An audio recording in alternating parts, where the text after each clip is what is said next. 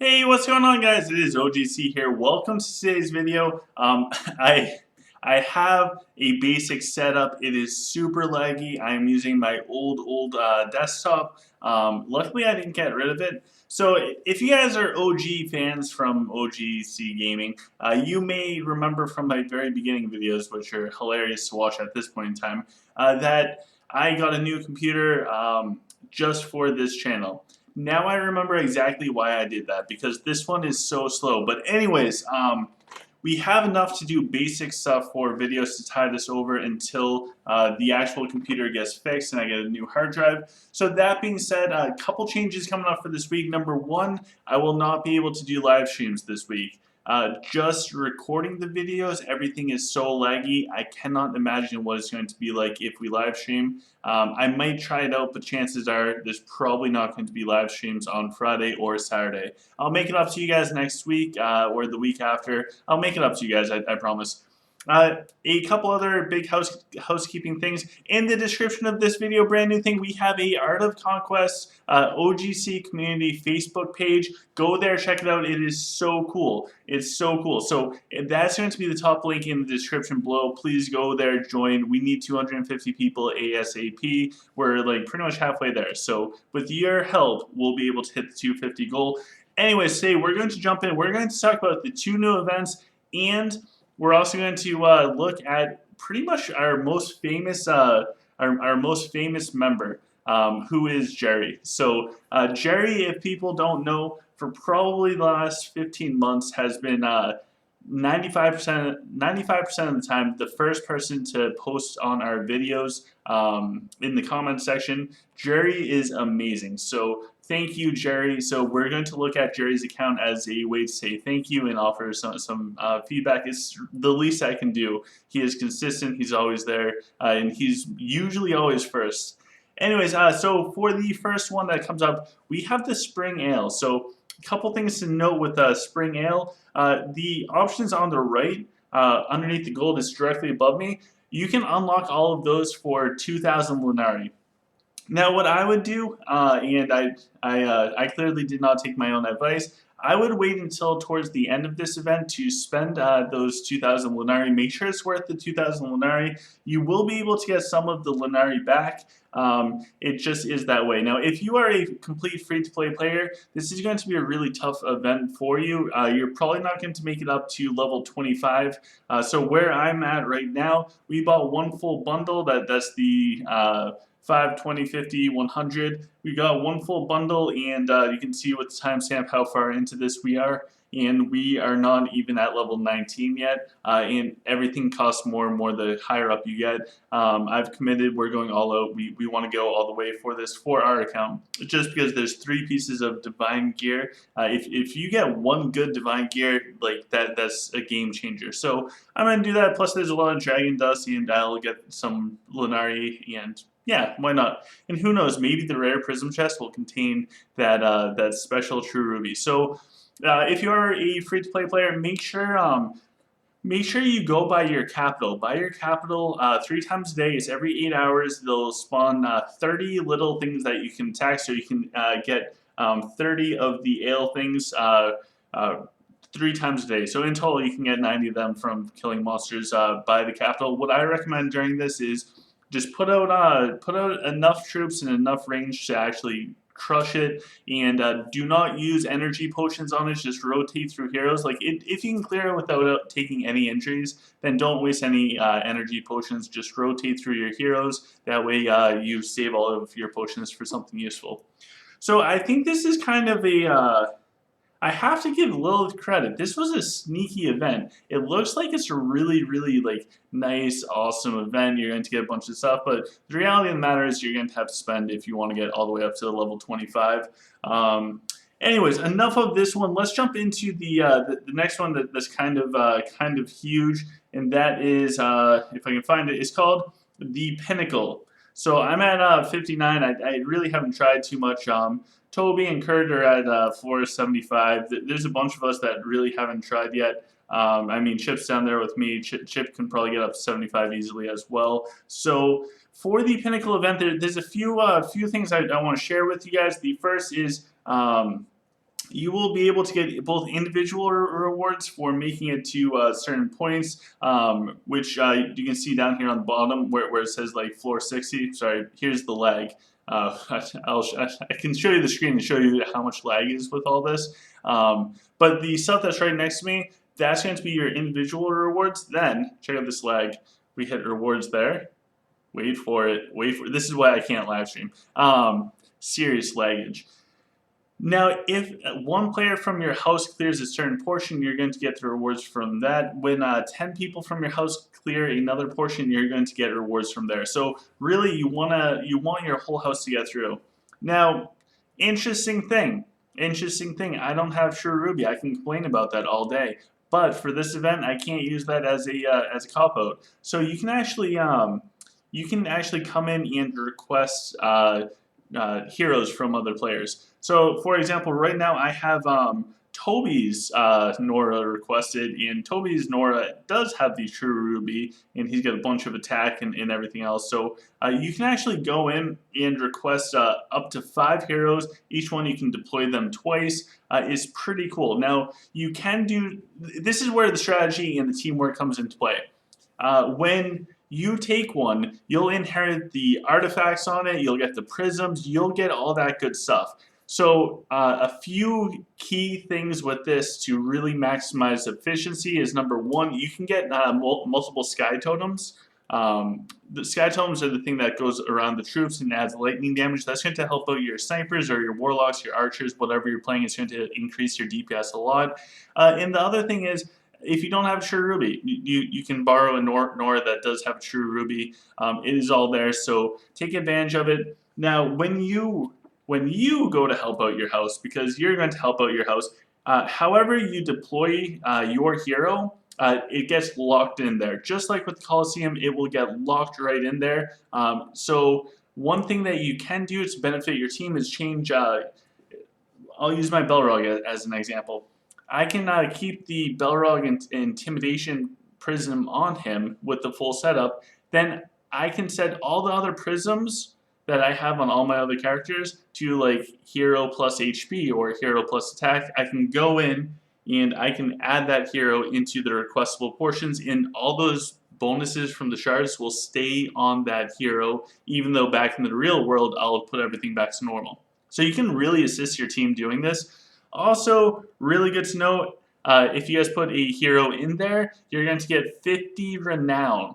You heard that right, 50 renown. So that's going to be 150 renown you can get for free just by doing this. So definitely do that type of stuff. It's going to help you out. It's going to help your team out. Look at that Belrog power. Let's go, Belrog. All right, so those are the two big events. Go as far as you can in both events.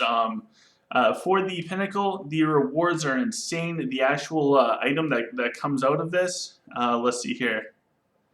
I don't know if we can actually see it from this, but we should be able to see it. I don't know. The item's insanely good. You're going to want it on like frontline thing. It's a crazy good item. We're all going to want to kind of like the Menchmies.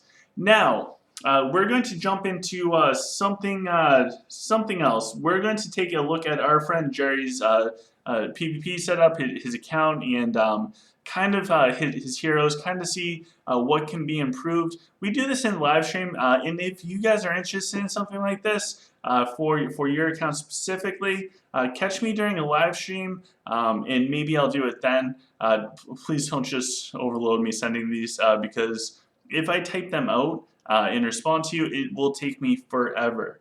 It will take me forever. I much prefer doing this in videos. And unless you want to send a donation to the guy that did that, dude, you are the MVP. I was not expecting that. You're awesome. But Jerry's our friend, and I want to show you guys this process. So this is Jerry's formation, and right away I can kind of see a few things that are a little off. So first things first. Great job with the formation. His basic layout as far as troops looks just like mine. So, hey, he's doing something right. Now, the problem areas that I have, and my head might be covering some stuff. So my head is covering a Fenris and is also covering Grims. So my problems with this is I do not see and maybe I'm just blind. Maybe I'm just blind. I don't see Ophidius. So no Ophidius is definitely a problem. I would pull the Fire Mage. Oh no, I do see Ophidius. I'm sorry, I take that back. We need to get the Floras next to Ophidius and preferably also Elena. So maybe if Elena went where Gafgar is and then Flores goes where Elena was, that would be one good thing. That way Flores would cover both Ophidius, Elena, and Gan, if that makes sense. So he does have Ophidius. I'm sorry, Jerry, I take that back. I don't have the power of editing, so you guys are going to see all my fails. As far as everything else, the other one that's really concerning for me is his power side, where he has his Bazrix. So Bazrix is behind Lunella. And Lunella is going to run fours and pretty much just, she's going to bounce back pretty fast. She might land a nice stun, but then she's going to bounce back pretty fast, which means there's not going to be too much tank in front of Bazrix. So what I would recommend is getting Belrog over there. I would try and get Belrog over there. I do like the Denji placement next to the Bane. That's going to allow Denji to just run around and make it to the back line. But the Lunella is really squishy, and it's not going to protect Bazrix as much. Having the Bane out there, I think, will protect the Bazrix a lot more, and you're going to want your Bazrix alive. The other things is I can appreciate the idea that Jerry's going for with keeping his Gafgar in the back. He wants to keep Gafgar alive. However, I think if you have the 2-star Slaunches, you throw it on Gafgar. Gafgar's shield at the start is just massive. You might as well make use of it. So I would switch Gafgar with Shizeo's positioning or even Mako. That is what I would do at least. Otherwise, it looks pretty good, Jerry. So really good job. I'd just consider doing something with that Lunella, and if Mako's working out for you, keep doing it. I don't see much benefit from Mako for me personally, but that doesn't mean anything. So let's go look over at Jerry's stuff in particular. So first thing we're going to check out is the dragon, and I apologize, things might be a little behind here. So Jerry can only maximize one tree, and people ask me all the time about the Dragonics. So here's how it works for Dragonics. If you are, and this is only if you can afford to get 109 in a single tree. If you have an Onyx Dragon, go with Affliction. I know it sounds weird. Trust me, you want it for the Onyx. The first one you should do is Affliction for the Onyx. In the Zool Dragon, you want Protection first. For an Emerald Dragon, you want Protection first. For a Ruby Dragon, I have no idea. I honestly do not care at all. For a Topaz Dragon, the biggest thing is Destruction. So Jerry got this 100% right. He went for the Destruction. I don't know what YouTube channel Jerry is watching, but they're certainly teaching him some good stuff, and he probably figured out all this stuff on his own anyways.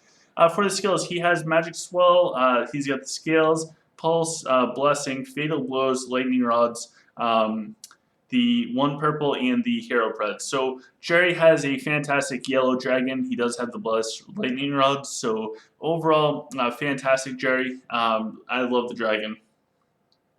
And that dragon, I really do think that is a great dragon if you can only max out one Dragonic. If you can only max out one Dragonic and that's all you're going to have for a very long time, then the Topaz Dragon is fantastic.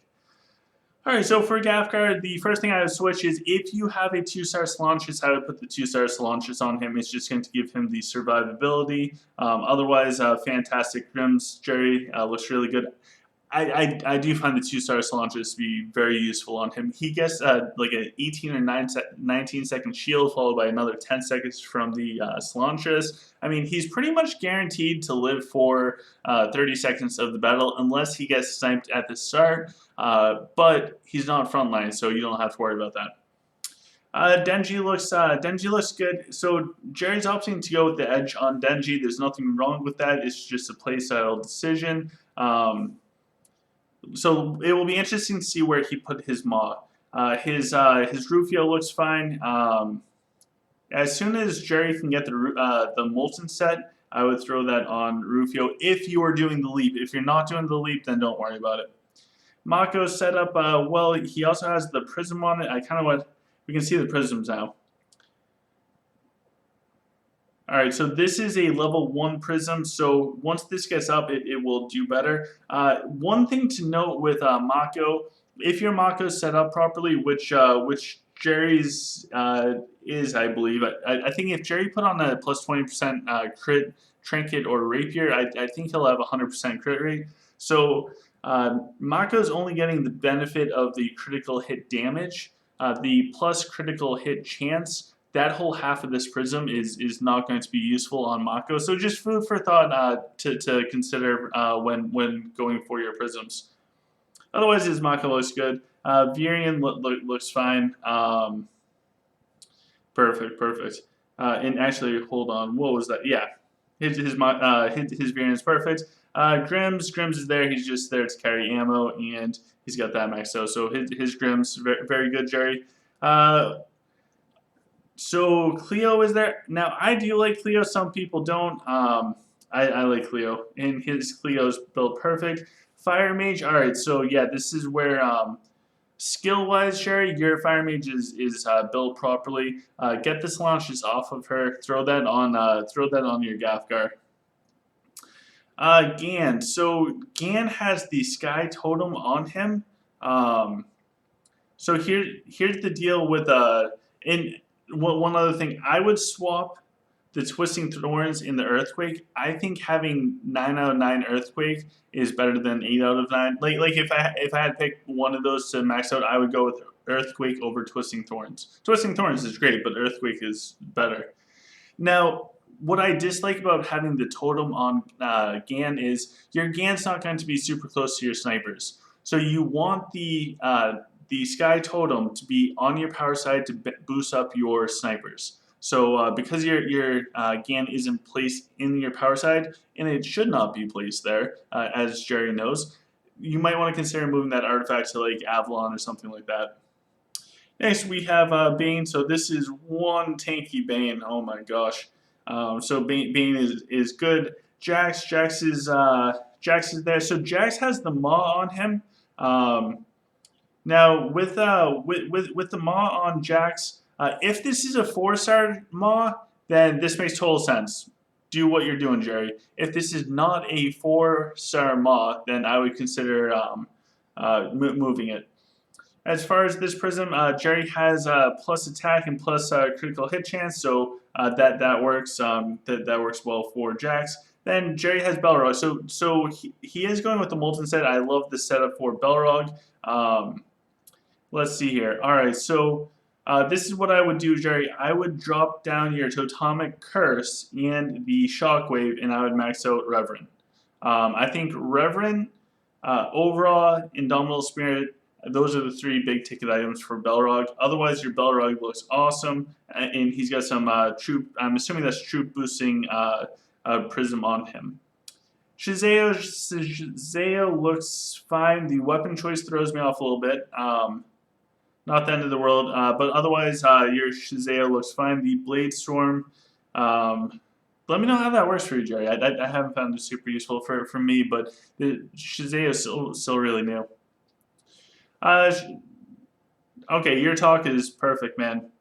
Elena looks perfect. So most of Jerry's stuff is perfect. For your Bazrix, I would consider moving the Sunflare Bow or whatever to a ranged unit just because it helps with the bonus attack range. That's just me. That's personal preference. Fenris looks good. I would try and get a couple points into the Bloodthirst, even if it's just 1 point. It helps out, and the Might and Magic scales up, so it will add on some decent damage. Another Prism adding bonus attack stuff, which, guys, if you're at home, you don't have many true or fine stuff, there's nothing wrong with going to benefit your troops. It's still going to be useful. And Avalon. So Avalon has the most useless artifact in the world. It offers a lot of command, but it really doesn't do much. So I would really consider moving this onto like your Gan or something and putting the Sky Totem onto Avalon, and also getting the Selantris onto the Gavkar if it's 2 stars. If it's not 2 stars, then it really doesn't matter where it goes. Anyways, his Avalon is set up perfectly. Love your Avalon and Sprig. So Sprig, I would just pull Sprig from the formation, but that's just me. Oh, did I miss Ophidius? I think I skipped Ophidius. So Jerry has the Ring of Reitner on Ophidius. He's got the tag thing, and he has a he has a prism that's going to increase the damage dealt to enemy heroes. Alright, so what Jerry needs to do is spend some skill points and get Cold Blood maxed out. So you can over up your skill points, and that works. Little food for thought when it comes to the prisms is, or not prisms, the artifacts for Ophidius. If your Ophidius is living and not getting targeted by the other Ophidius, go with the Ring of Reitner. It is really good. If you're having trouble keeping your Ophidius alive versus the other Ophidius, like Ophidius versus Ophidius. If yours is dying all the time and it's equipped with the Ring of Reitner, remove the Ring of Reitner, put the Pay to Win Codex on, and you should be able to drop the other one first. If your Ophidius is just hanging around, not taking any damage from snakes, or you're able to kill the enemy Ophidius consistently, then Ring of Reitner is awesome, man. It will help versus Lich and Human.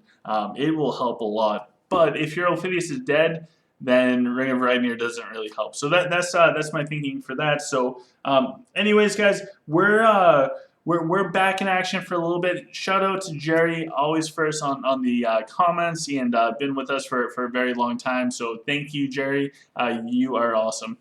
So we're back in action for a little bit. We're kind of on a gimped horse as far as this is considered, but we'll be back to normal in about a week. So if you guys don't mind, the Facebook page link for us is down there in the description. I highly recommend checking out the official one as well. Our Discord's in the description as well. Go check out the official one as well. There's some information there. We also have the merch store, Patreon. Thank you to the Patreons for sticking with me through this tough time. I know you guys are paying for a product to be delivered, and I'm sorry about my technical difficulties. I am not thrilled with this either, but thank you guys for sticking around, and yeah, I appreciate it. There's also donation features, so if you just want to straight up donate, I always appreciate that. It's a shock every time it happens. It makes me feel special. So with that, guys, please like, share, subscribe. I will see you guys tomorrow with some form of a video type of thing. Take care and stay safe.